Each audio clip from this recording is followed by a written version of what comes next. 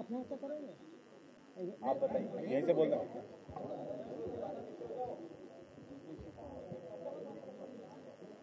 सभी पत्रकार बंधुओं को मैं धन्यवाद करता हूं कि एक बार फिर आप यहां आए हैं और माननीय समाजवादी पार्टी के अध्यक्ष अखिलेश यादव जी के निमंत्रण पर आप यहाँ आए हैं और पहली बार नहीं आए हैं, काफ़ी दिनों से चर्चा चल रही थी अब होगा कब होगा, संगम होगा कि नहीं होगा। और मैंने तब भी कहा था कि संगम होना है, पुराना है और रिश्ते ज़्यादा महत्वपूर्ण। तो मुझे खुशी है कि आज फिर दोबारा हम लोगों ने भेंट की है। राष्ट्रीय मुद्दों पर, राजनीतिक दिशाओं पर, राजनीतिक विकल्प और रास्ते पर हमने चर्चा की है। बहुत सकारात्मक बातचीत हुई है और चौधरी अजीत सिंह जी के निर्देश पे मैं यहाँ आया हूँ, उनकी सहमति और उनका पूर्ण आशीर्वाद। मेरा बड़ा सौभाग्य है कि आज नेताजी आदरणीय श्री मुलायम सिंह यादव जी भी यहाँ उपस्थित थे, उनका भी मैं आशीर्वाद हम लोगों को मिला। और बहुत खुशी के साथ मैं बताना चाहता हूँ, राष्ट्रीय लोकदल के कार्यकर्ताओं को संदेश देना चाहता हूँ कि जो प्रभावी गठबंधन पूरे उत्तर प्रदेश में पहले से काम कर रहा था, समाजवादी पार्टी और बहुजन समाज पार्टी का, जिसमें बड़ी पहल माननीय अखिलेश यादव जी ने और माननीय बहन कुमारी मायावती जी ने ली है। राष्ट्रीय आवश्यकताओं को देखते हुए, समाज की आवश्यकताओं को देखते हुए, नौजवान, किसान और दलित वर्गों की अपेक्षाओं को देखते हुए, उम्मीदों को देखते हुए उस पहल में राष्ट्रीय लोकदल भी शामिल रहेगा। मैं कार्यकर्ताओं से उम्मीद रखता हूं, चौधरी अजीत सिंह जी को पूर्ण विश्वास है कि सभी 80 की 80 सीटों पर हमारे कार्यकर्ता, हमारे पदाधिकारी दिल लगाकर इस गठजोड़ के चुने हुए उम्मीदवारों को जिताने के लिए मेहनत करेंगे। धन्यवाद।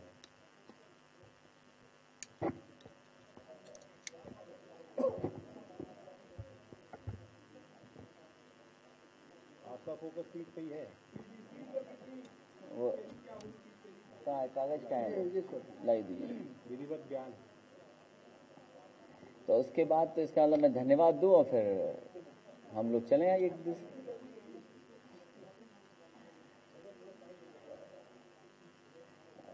मुझे खुशी है इस बात की कि आज नौजवान साथी जयंत चौधरी जी, आदरणीय अजीत सिंह जी की party, Bahujan Samaj party, Samajwadi party, Congress party की जितनी भी सीटें थी उत्तर प्रदेश की और हमारे और सहयोगी दल, सबका ये सबसे बड़ा महागठबंधन है। सभी दल साथ आए हैं और कई मौक़ों पर मैंने आपसे कहा है कि देश और प्रदेश में आज जो किसानों की हालात है, नौजवानों के सामने जो भविष्य का संकट है, व्यापारियों के सामने जो व्यापार बर्बाद हो गया है, जो आज हर वर्ग के लोग निराश हुए हैं, उन सबको नई दिशा में ले जाने के लिए, खुशहाली के रास्ते पे ले जाने के लिए ये सभी दलों का एक संगम हुआ है। ये जहां विचारों का संगम है, वहीं गरीब और जो कमज़ोर लोग हैं उनकी एक ताकत बनी है।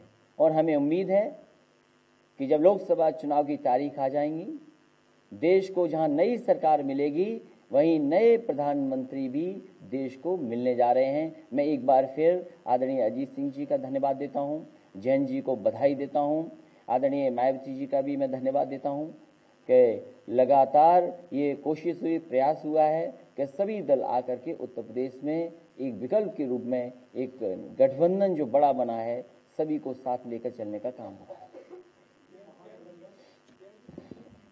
ये बांट दीजिए पहले, ये हम भी बांट दे रहे हैं और सब इसमें है स्टेटमेंट में दीजिए।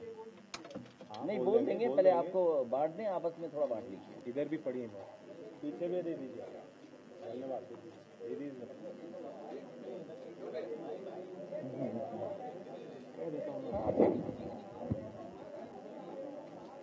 देखिए, आपने सवाल पूछा कि कितनी सीटों पे राष्ट्रीय लोकदल का सिंबल और सिंबल पे हमारा उम्मीदवार खड़ा होगा।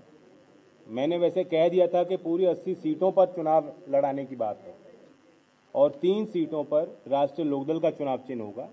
लेकिन फिर मैं दोहरा रहा हूं कि चौधरी अजीत सिंह जी की उम्मीद है, पूरा विश्वास है कि डट के खड़े होंगे हमारे कार्यकर्ता और पूरी 80 सीटों पर हमारा फोकस होगा। धन्यवाद।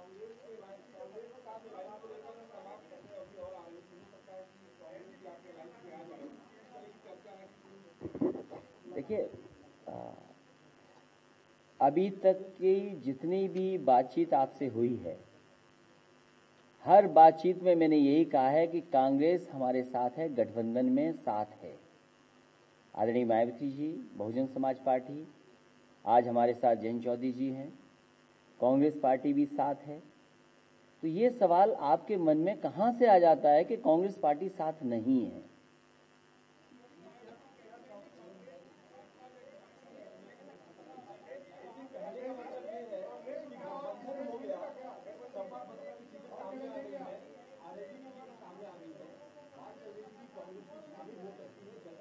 आप क्या बता रहे हो?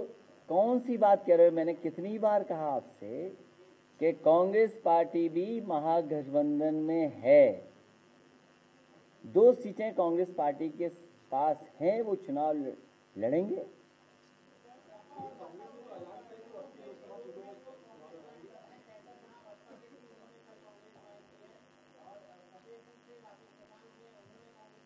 देखिए, उनके बारे में कौन सा दल कौन शामिल हो रहा है ये चर्चा का विषय है, लेकिन ये महागठबंधन है जो किसान, गरीब, मजदूर, नौजवानों को जो लगातार अन्याय हुआ है।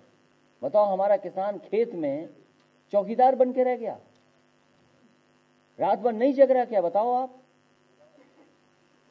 रात भर अपनी फसल बचा रहा है और फिर कर्ज माफी के सपने दिखा करके कहां कर्ज माफ हुआ? कुछ पैसे दे देना चुनाव से पहले, वो भी खाते में पहुंचे नहीं पहुंचे हैं। ये तो वही है जो बोरी से काटा गया पैसा। और फिर समाजवादी पेंशन बंद कर दी गई, 500 रुपए समाजवादी लोग भी देते थे। अभी बकाया है गन्ने का, बताइए कितना बकाया है गन्ने का। इसलिए किसान को रास्ता दिखाना है। और पहले भी कहा कि कम से कम किसानों का, और हम सब लोग सहमत हैं, जयंत चौधरी जी भी सहमत हैं, गन्ने के इलाके से आते हैं। बताओ, आज भी तकलीफ में है किसान। कितनी बार भरोसा दिलाया कि 14 दिन में दे देंगे भुगतान। इसलिए संपूर्ण अगर कर्ज माफ होगा तभी जाकर के हमारा किसान खुशहाल हो पाएगा। नई दिशा से एक बार फिर सोचना पड़ेगा किसान के बारे में।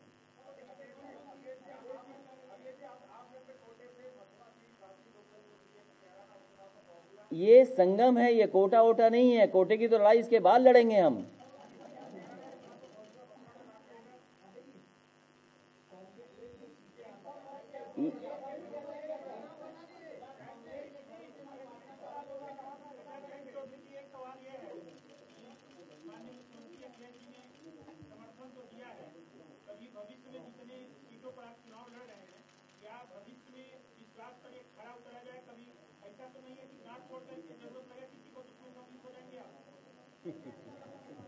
ये सवाल आप बीजेपी से करिए, जिन्होंने सबके साथ समझौते किए हैं और तोड़े हैं और आज भी नहीं निभा पा रहे।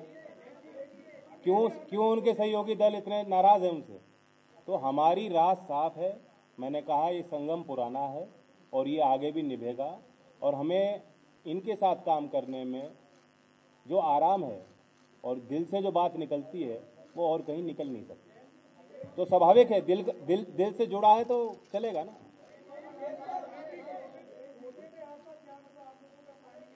किस पर?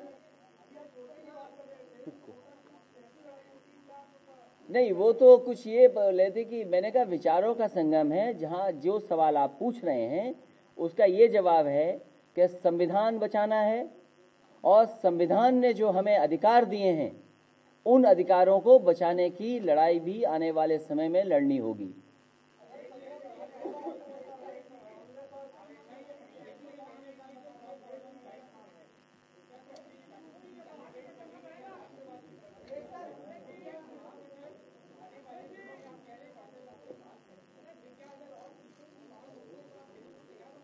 नहीं, मैं आपका सवाल ही नहीं समझ पा रहा हूँ। एक तो राष्ट्रवाद का सवाल आप पूछ रहे हैं और फिर अंत जाने कहाँ कर रहे हैं आप।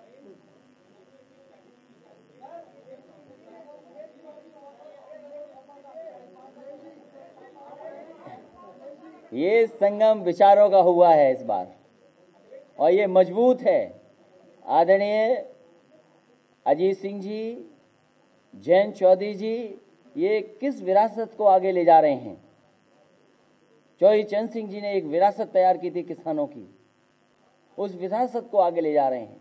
पूरा किसान देश का इंतजार कर रहा है कि आखिरकार उनका भविष्य कैसे बेहतर होगा।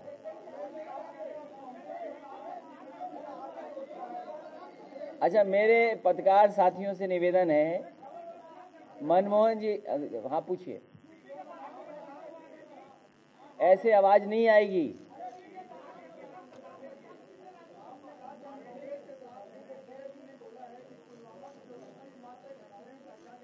किसने कहा ये? देखिए, जो घटना हुई है, देश की जनता सच्चाई जानना चाहती है और सच्चाई कैसे आएगी सामने, ये सरकार कर सकती है और सरकार की कोशिश होनी चाहिए पुलवामा में जो घटना हुई है उसकी पूरी की पूरी सच्चाई जनता के सामने आए। जो शहीद परिवार हुए हैं उनका सम्मान यही तो हो सकता है कि उनको शहीद का दर्जा मिल जाए। कई प्रदेश सरकारें जिन पर बजट नहीं है, और वहीं आपको याद होगा ये प्रदेश सरकार दावा कर रही थी कि अभी तक का सबसे बड़ा बजट है। अरे ऐसे सबसे बड़े बजट से क्या फायदा कि हमारे शहीद परिवारों के 1 करोड़ की मदद नहीं कर पा रहे। केंद्र को और प्रदेश सरकार को दोनों को मिलकर के 1-1 करोड़ की मदद करनी चाहिए और उन जो शहीद हुए हैं उनको शहीद का दर्जा मिलना चाहिए।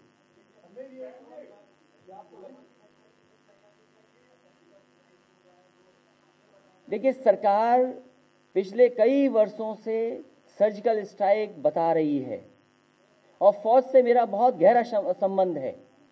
इसलिए संबंध है कि मैं मिलिट्री स्कूल से पढ़ा हूं और हमारे साथ के पढ़े हुए लड़के आज भी फौज में हैं। कई जगह सेंसिटिव बॉर्डर्स पे खड़े हैं मिलिट्री स्कूल के पढ़े हुए, और हमारे रिश्तेदार भी बहुत सारे हैं फौज में, बहुत इंपॉर्टेंट जगह खड़े हुए हैं। तो देश सच्चाई जानना चाहता है, सच्चाई क्या है। हम किसी पे सवाल नहीं खड़ा करते हैं। और फिर फौज तो देश की है, फौज का सम्मान कौन नहीं करता। क्या कोई पॉलिटिकल पार्टी ये कहेगी फौज उसका है, उसकी है? वर्दी पहन करके जिन्हें सजा मिलनी चाहिए, अगर फौज की वर्दी कोई पहन लेता है तो सजा है उसके लिए। किसी ने आवाज उठाई कि आवाज सजा मिलेगी कि नहीं मिलेगी? फौज के साथ खिलवाड़ कर रहे हैं, राजनीति कर रहे हैं लोग।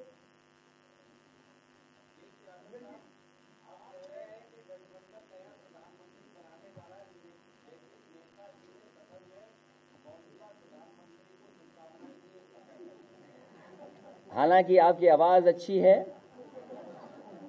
और मेरा जवाब भी आप जानते होंगे। कांग्रेस पार्टी के उस समय के प्रधानमंत्री जी, क्योंकि मैं भी सदन में था, जैन जी भी हो सकता सदन में हमारे साथ रहे हैं, उन्होंने आशीर्वाद दिया था। क्या वो बन गए दोबारा? और फिर आशीर्वाद के बारे में हमसे ज्यादा अच्छा कौन जानता होगा। ये देखिए, फिर हंस रहे हैं आप लोग।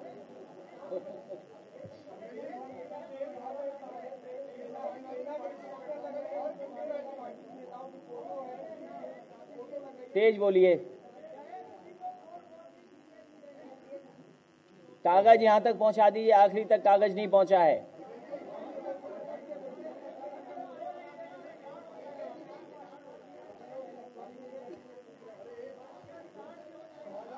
आप देखिए, आप हमारा ध्यान हटाने की कोशिश मत करिए।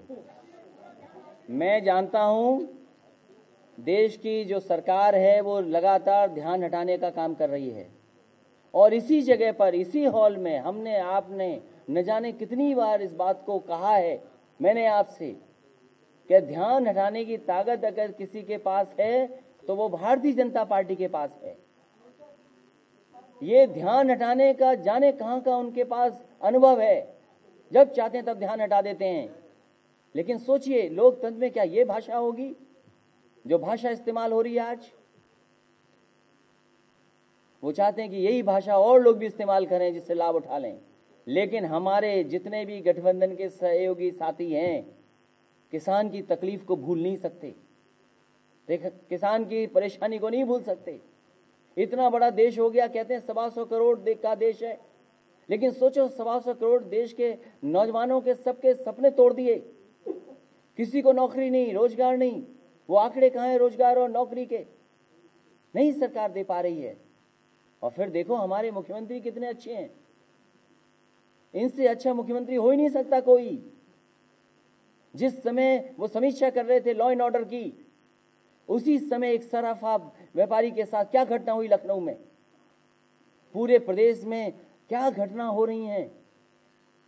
कानून व्यवस्था के नाम पर लोगों को सताया जा रहा है। कहीं न्याय मिलने की उम्मीद नहीं कर सकता कोई।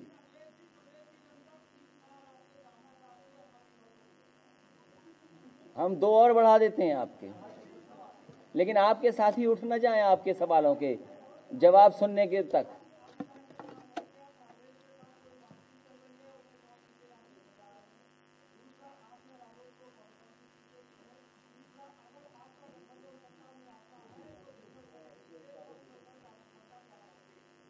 तीन बस।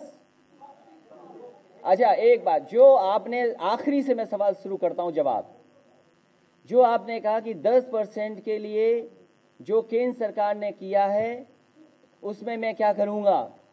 मैं वही करूंगा सभी आरक्षण पाने वाले लोगों को जो सरकार ने नया जियो दिया है। जो नया जियो जिस तरीके से लागू किया है, उसी तरीके से हमारे दलित, आदिवासी, पिछड़े लोगों को भी वही जियो से उन्हें भी सुविधा देने का काम करेंगे। आरएलडी को जो टिकट दिए हैं वो तीनों के तीनों एक पर्चा है, मैं अभी आपके पास भेज दे रहा हूं। मैं तीनों का पर्चा भेज दे रहा हूं जो नाम लिखे हुए हैं। पढ़ लीजिए क्या दिक्कत? पहला कौन सा पूछा था आपने? मैं कितनी बार बताऊंगा आपको? मैं हर बार यही बात बताता हूं कि कांग्रेस के साथ हमारा गठबंधन है, कांग्रेस साथ है।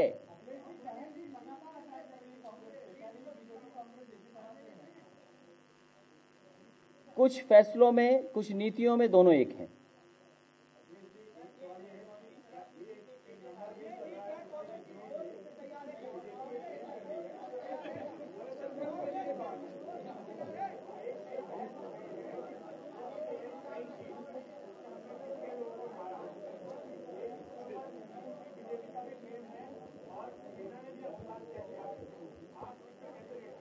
देखिए, मैंने आपसे कहा कि मैं मिलिट्री स्कूल का पढ़ा हुआ हूं। मेरे साथ के बहुत सारे जॉर्जियंस हैं जो फौज में अलग अलग जगह बड़ी जिम्मेदार पोस्ट पर हैं, और इसकी आप जानकारी कर सकते हैं। मैं केवल इतना कहना चाहता हूं, देश की जनता सच्चाई जानना चाहती है, और फिर बहुत सारे सवाल खड़े हो सकते हैं।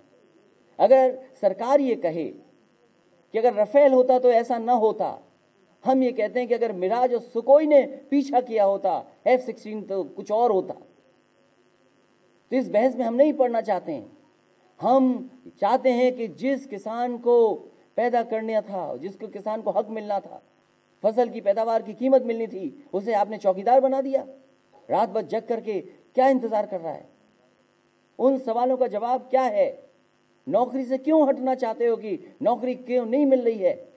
हम तो कहते हैं आपको फौज मजबूत करनी है तो फौज की बहुत सी चीजों को देखना होगा। आप फौज की संख्या बढ़ाइए।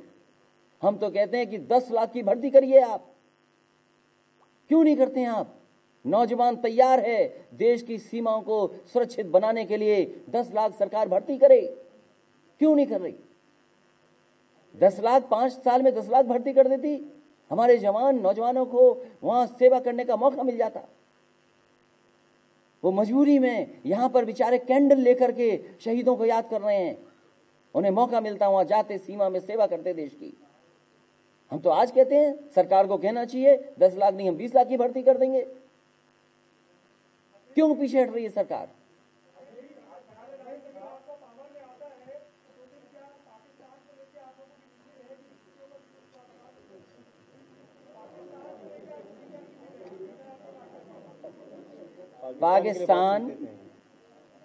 पाकिस्तान के बारे में हमारी राय साफ है कि अगर कोई भी देश भारत में आतंकवाद या इस तरह का देश को कमजोर करने के लिए कोई काम करेगा तो उसका जवाब भारत देगा।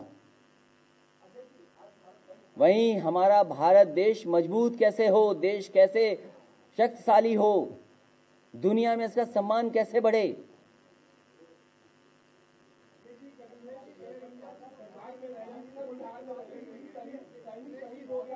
देखिए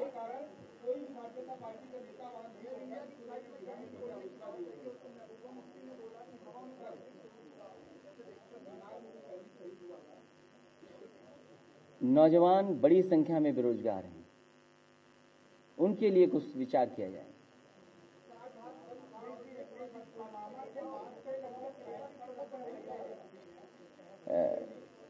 आने वाले समय में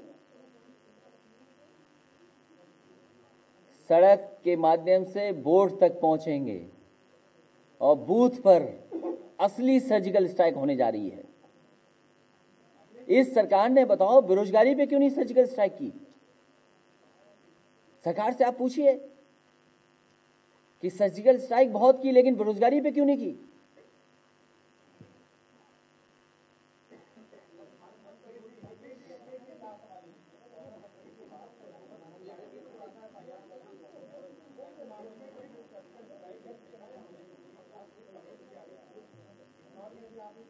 अरे हमारा जरा पोस्ट देख लो, हमें क्या क्या कह रहे हैं लोग।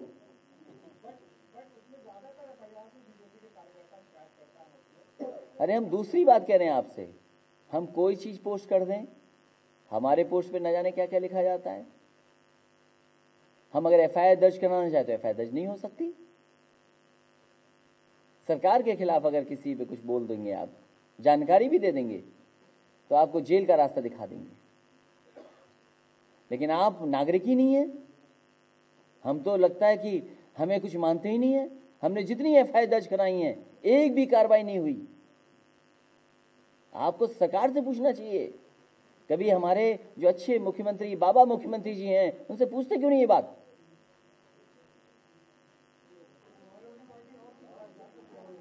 वो राज्य बाद में बता देंगे। मैं जैन जी का एक बार फिर धन्यवाद देता हूं, बधाई देता हूं कि गठबंधन में हमारे साथ हैं। बहुत बहुत बधाई। चलो कौन सा कैमरा है जो भूल जाते हो आप फोटो लेना?